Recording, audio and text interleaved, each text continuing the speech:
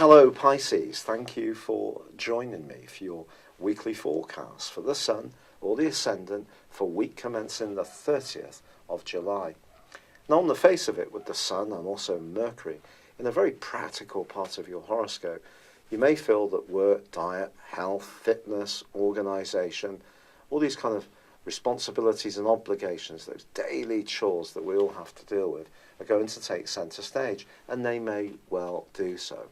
If you have any appointments planned, particularly medical appointments or applications for jobs, there could be some flexibility required in your response because someone can make some last-minute changes which could prove frustrating. You may also encounter someone this week who's a bit of a nitpicker. They're going to revisit an issue that you'd rather not look at, and they could be quite relentless in trying to hold you to account about it. But with Uranus and Saturn forging a fantastic link still, innovation in terms of your thinking and also how you connect to other people, that it's almost as if there needs to be some kind of evolution in your approach to your thoughts, your core principles and ideas, and also how those connect you to the world at large. And something can be changing that's hugely positive for you, not least in the guise of Pluto. Now Pluto this week intersects the wonderful alliance between Jupiter, all about growth, expansion, travel, adventure, and Neptune, your co-ruler, well of course your other co-ruler. So with Pluto coming into play as well, I think your desire to open up your world, make it more interesting and varied and changing it, bringing greater excitement to it, is something that you will definitely be considering. But the quarter moon, which occurs towards the end of this week in the sign of Taurus, just suggests you can't pack in too much, you have to pace yourself, you have to prioritise. And as much as there can be some fun and some social dimensions to this week, I do think your responsibilities and duties probably are going to take centre stage. It's been a real pleasure being with you. Thank you for joining me. I'd love it if you would like or comment or subscribe to this channel if you've yet to do so. But for now, good luck and goodbye. Hello Pisces, thank you for joining me for your monthly forecast for July. This month begins with the Sun in your sister water sign of Cancer. For you, this is about an opportunity to showcase your talents, to embrace the happiest strands of life, whether it's celebrations, getting together with people socially, friends and family.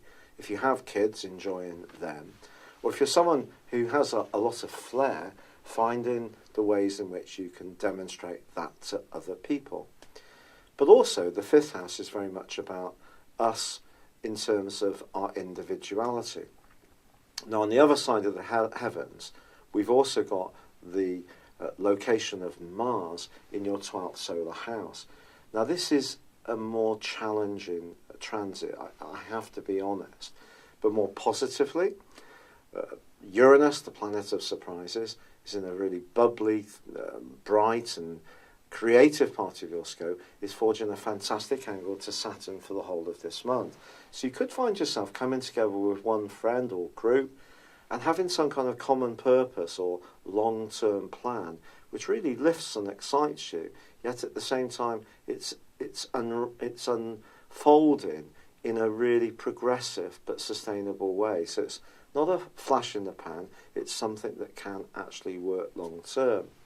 Also, Jupiter, the planet of good fortune, which has been tracking backwards for 4 months in your sector of philosophy, travel, foreign affairs, anything to do with agreements, well, that goes forwards on the 10th, and on the same day, Venus, the planet of love and affection, moves into your sector of relating.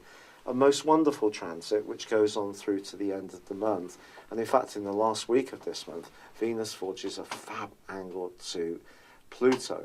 So if there is someone that you're really sweet on, the last week of July could be a time of big movement, big improvements for you, something that really can get you excited and engaged by life. But of course, the sun being in your 5th solar house also gives you the opportunity to be energized too. So it's all good stuff.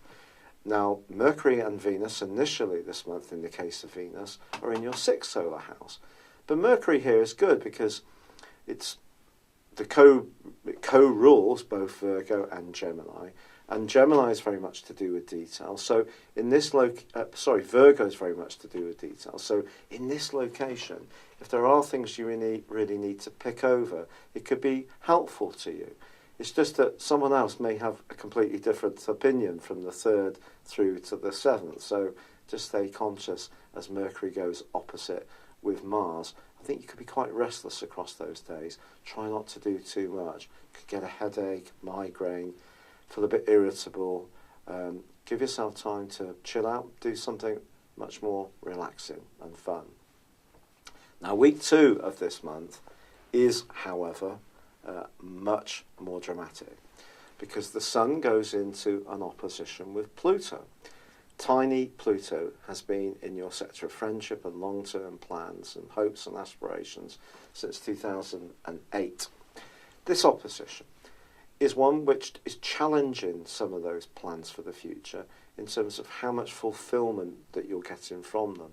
If you're not getting much fulfillment from them, I think the next 6 months is going to be a critical time because on the 13th there is a partial solar eclipse. Now this is asking you to feel that life has a real sense of enjoyment. It doesn't matter what we do, if it is uplifting, it's gratifying, we have a few laughs, we can do something where we can express ourselves, then that's obviously feeds into a future narrative that gives us a sense of security and we feel happy.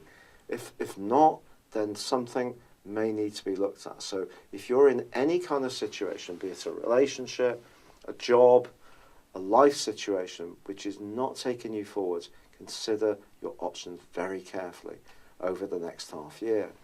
But I told you about Jupiter going forwards on the 10th. What I didn't tell you about is that it continues to forge a link with Neptune.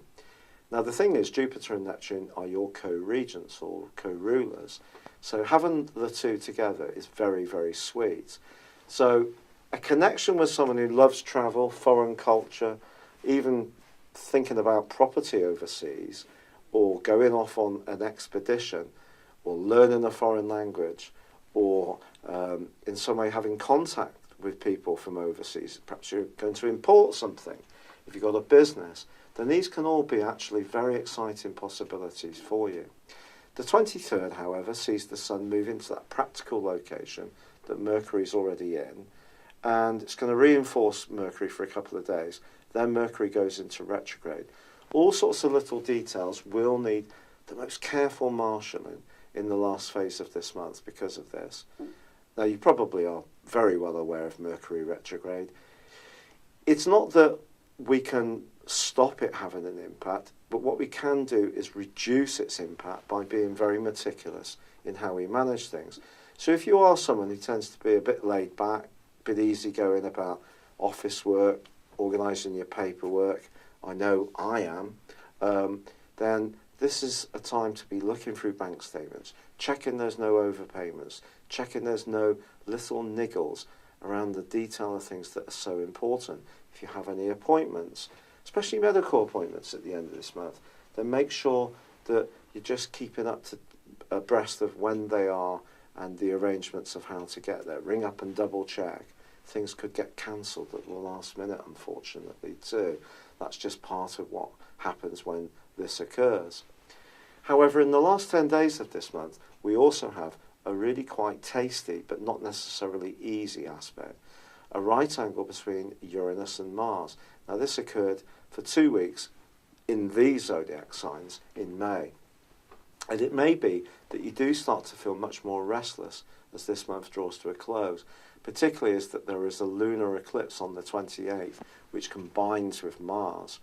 Stuff that's been boiling around in the background, it could be old hurts, old angers, old traumas, old emotional wounds, stuff that you may have thought you visited and meditated on or worked on through your own personal development, they could have a potential to become much more active in the next 6 months and take on a life force of their own. You may be surprised by some of the resentments that start to come up within you. Your mood can be more volatile during this period of time, and particularly if you're not getting that fulfillment that I've spoken about, which is so important on the back of that partial solar eclipse, and it's linked to Pluto, which is about transformation. So it's about your connections, I feel, towards the end of this month. It's important to connect to people you really trust. Don't give away your faith, devotion, and consideration, sincerity. I don't think anyone does it better than you, Pisces. When you really have a cause that you believe in, you give it absolutely everything. And it's something to be hugely admired. I get on extraordinarily well with Pisces people.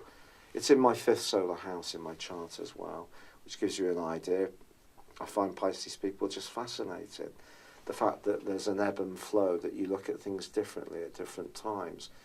But this tendency to keep going and investing in situations that sometimes can be lost causes is something you need to be very conscious of in the last 6 months of this year, because you could run yourself down a little bit. Now, I know I'm the astrologer that tells the truth, and every other astrologer on YouTube tells everybody how it's all going to be neat sunshine all the way through. I'm sorry, I'm just being real. I'm not being facetious. I'm just being honest. So use your compassion, use your staunchness and devotion to the people who deserve it, and it will come back to you tenfold. Don't give it to the people who don't deserve you anymore, Pisces, even if that means that you have to move away from something that you have given a lot to, and you might not find that easy to do, but sometimes in life, self-preservation is important as long as it's not too selfish. But I think the combination between Moon and Mars at the end of this month is going to be really quite tender for you if there is something you're just putting up with. Don't put up with it forevermore. Find a way to recognise your own needs.